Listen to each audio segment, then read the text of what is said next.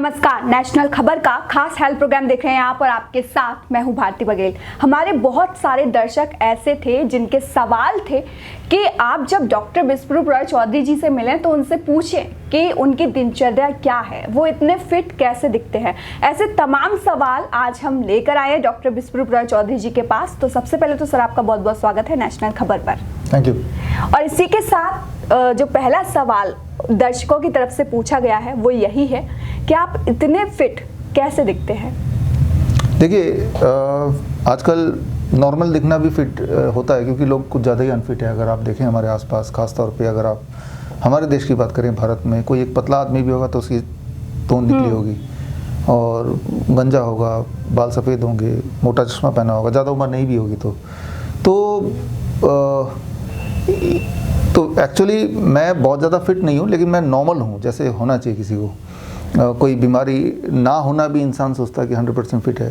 किसी का चश्मा नहीं लगा, बाल काले हैं तो लगता है बहुत ज़्यादा फिट है, क्योंकि हम कंपेयर करते हैं एक दूसरे के उसमें। लेकिन एट माई एज, मेरी एज 48 के आसपास है, जितना फिट हो सकता हूँ और या होना चाहिए वो अचीव नहीं किया। लेकिन हाँ, कोई तकलीफ़ भी नहीं है किसी भी तरह से। और उसका कारण ये है कि जो भी मैं आप सबको बताता हूँ वो लगभग उसी तरह के डाइट में मैं खुद भी रहने की कोशिश करता हूँ या रहता ही हूँ। मान लीजिए 99% तो उसी डाइट में रहता हूँ। और जितने सारे इंटरवेंशंस मैंने आज तक बताए, पहले मैंने खुद ही पे टेस्ट किया और वो काम आए तो हमने सोचा आप तक पहुँचा दिया जाए। तो मेरे ख्याल से इन सब चीज़ों का ही मिश्रण है। Whatever I tell you I do it. जो DIP डाइट की बात करते हैं हम, 3 स्टेप फ्लू डाइट की बात करते हैं हम, तो वो अपनाता हूँ। और सबसे इम्पॉर्टेंट बात ये है कि क्या आप कर रहे हैं वो इम्पॉर्टेंट नहीं, क्या आप नहीं कर रहे हैं, दैट इज़ मोर इम्पॉर्टेंट। अगर आप ये इंश्योर कर पाएँ कि किसी भी तरह का कोई दवाई आप नहीं लेते हैं, केमिकल आप मुँह के अंदर नहीं डालते हैं, तो आप बहुत ज़्यादा बीमार नहीं पड़ सकते। किसी भी तरह का ड्रग, किसी भी तरह का केमिकल, किसी तरह का रिफाइंड चीज़ें, किसी तरह का पैक चीज़ें आप बॉडी के अंदर नहीं डालेंगे तो बहुत भयंकर तरीके से बीमार नहीं पड़ सकते। तो क्या हम करते हैं वो इम्पॉर्टेंट है, क्या हम नहीं करते हैं वो ज़्यादा इम्पॉर्टेंट है।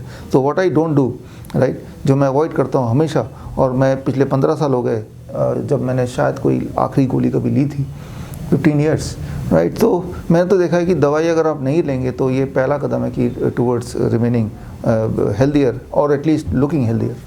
वही मेरा अगला सवाल डाइट को लेकर है सर कि आप ट्रैवलिंग करते हैं, देश विदेश घूमते हैं, तब भी क्या यही डाइट रहती है, यही शेड्यूल रहता है, सेम शेड्यूल, या फिर चेंज होता है? देखिए, घर पे जो शेड्यूल रहता है मेरा वो कुछ इस तरह की, मैं जब सुबह जल्दी उठना मुझे अच्छा लगता है, 5 बजे 4 बजे, डिपेंडिंग ऑन कोई किताब लिख रहे हैं तो थोड़ा और जल्दी, कोई किताब लिख के ख़त्म हुआ तो थोड़ा लेट, बट 5 बजे 6 बजे भी बच जाते हैं कई बार। द फर्स्ट थिंग इज़, घर पे बात करें तो fruits and vegetable juices, fruit juice, vegetable juice, वो खुद ही बनाना ठीक लगता है। तो फिलिप्स का जूसर है, कोल्ड प्रेस जूसर, किसी भी कंपनी का कोल्ड प्रेस जूसर लीजिए। एक लेक्सन का जूसर है जो हाथ का है, तो वो बालकनी में रख के फिर I try to make a juice, right, खुद के लिए भी, बाकी घर के मेंबर्स के लिए भी। और उसका ध्यान एक दिन पहले से मुझे रखना होता है कि कल के लिए सारे फ्रूट्स एंड वेजिटेबल हैं क्या, राइट। तो अकॉर्डिंगली तो वो 2 ग्लास पी लिया, यानी कि करीब 500 ml, आधा लीटर हो गया। तो घर पे तो यही लाइफस्टाइल होता है।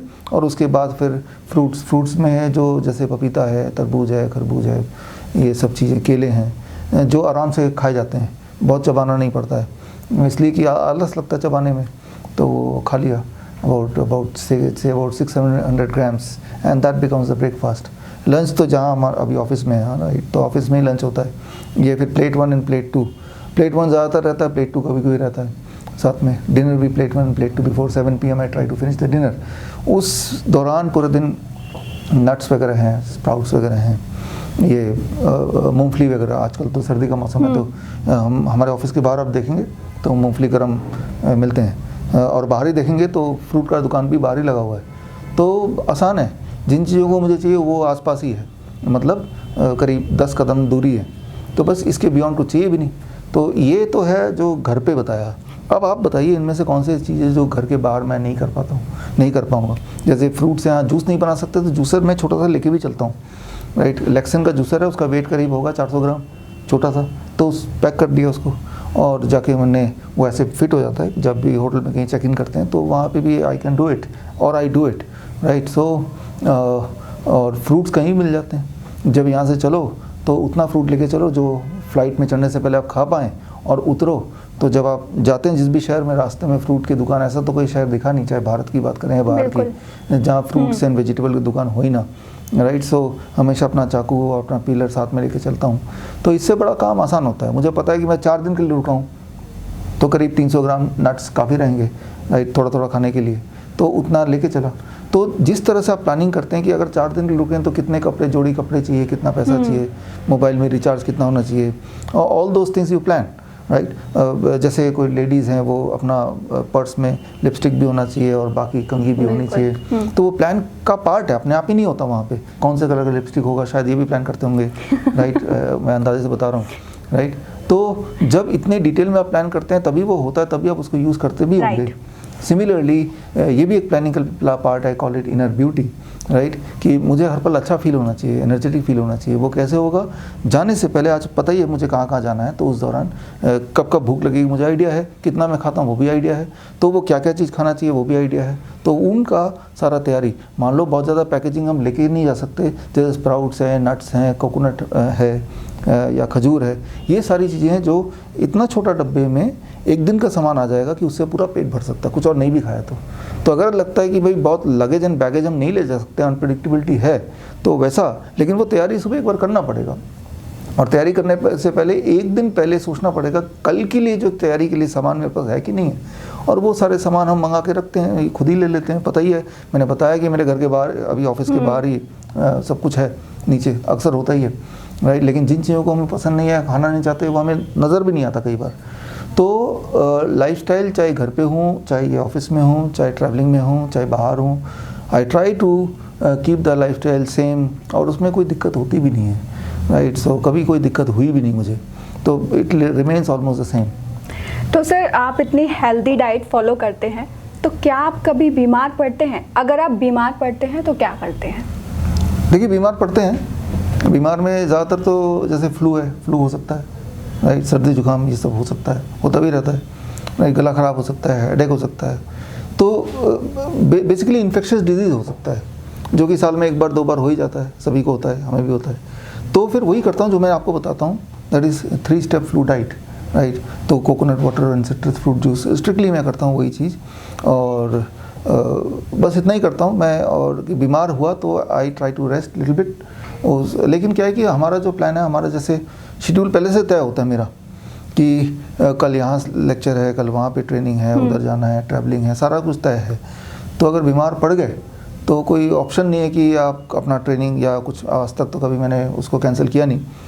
तो मैंने ये देखा है कि बहुत बीमार पड़ने के बाद भी, फॉर एग्जांपल टेम्परेचर, मुझे याद है आज से 3 साल पहले टेम्परेचर मेरे 103 डिग्री चला गया था, अंदाजे से बता रहा हूँ, मैं मेजर नहीं करता, राइट। तो और एक्सट्रीम टायर्डनेस, फटीग और हेडेक एंड बॉडी एक था। एक्सट्रीम मतलब मुझे जितनी बार भी फीवर वगैरह हुआ उसमें जितना होता था उससे ज़्यादा था, राइट। एंड वो फ्लाइट से उतरते ही मेरा लेक्चर था, और लेक्चर भी फुल डे का था, 8 घंटे का, और वो भी ट्रांसलेटर के साथ, वियतनाम में की बात कर रहा हूँ, but I could do it.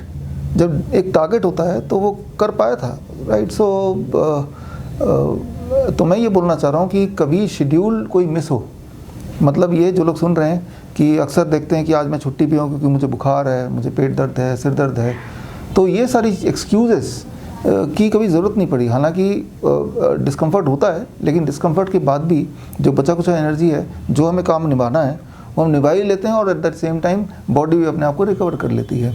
तो इस तरह से आई ट्राई टू मैनेज।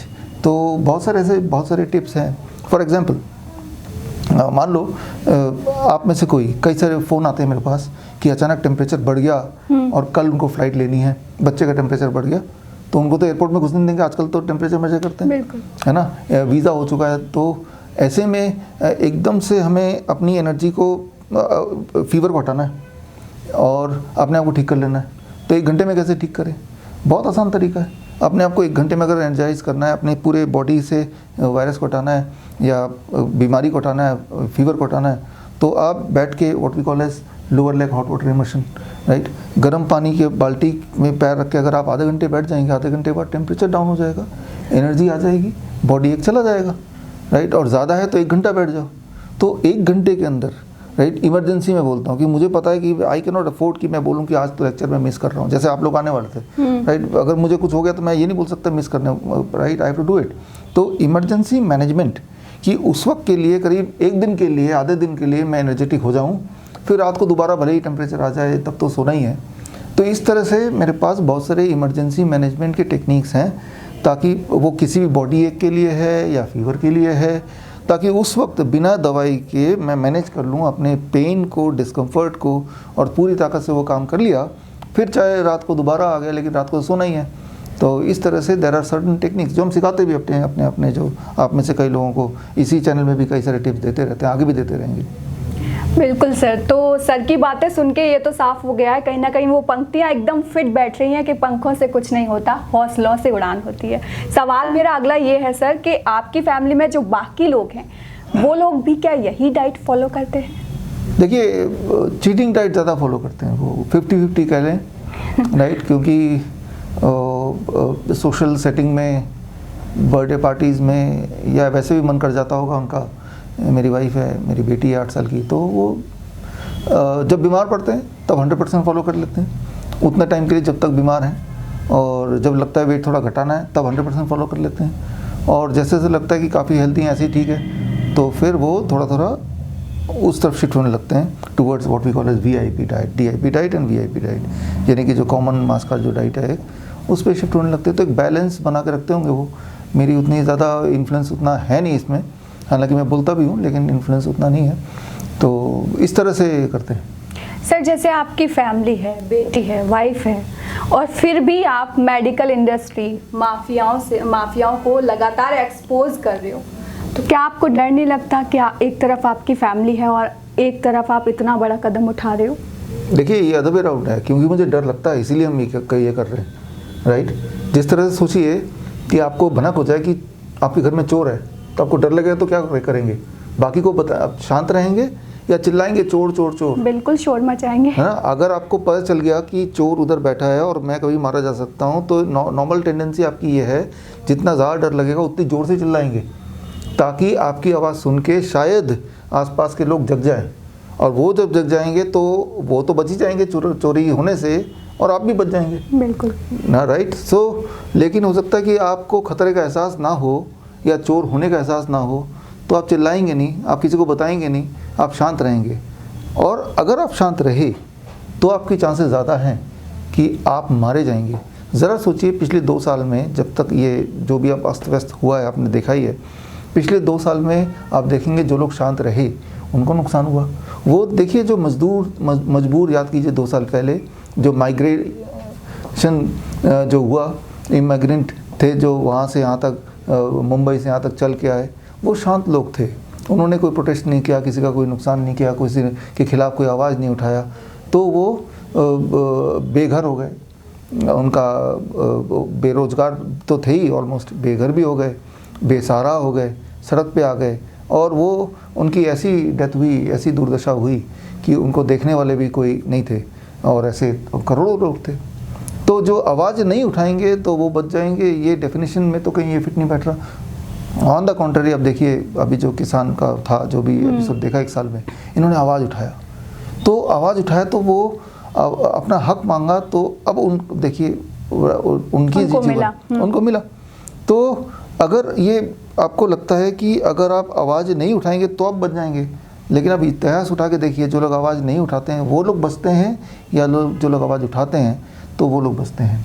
तो क्योंकि डर लगता है, राइट, और हमें दिखाई दे रहा है चोर उधर है, तो बिना चिल्लाए आप कैसे रह पाएंगे, राइट। अगर आपकी आंखें बंद है, आपको दिख नहीं रहा खतरा यहाँ पे है, तो ये कंडीशन हो सकता है कि जब आप नहीं चिल्लाएंगे, आवाज़ नहीं उठाएंगे। तो हम में से जो लोग आवाज़ नहीं उठा रहे हैं, तो उनको दिखाई नहीं दे रहा है कि खतरा बिल्कुल सामने है, राइट। तो इसीलिए आप लोग आवाज़ नहीं उठा रहे हैं, जो लोग नहीं उठा रहे हैं।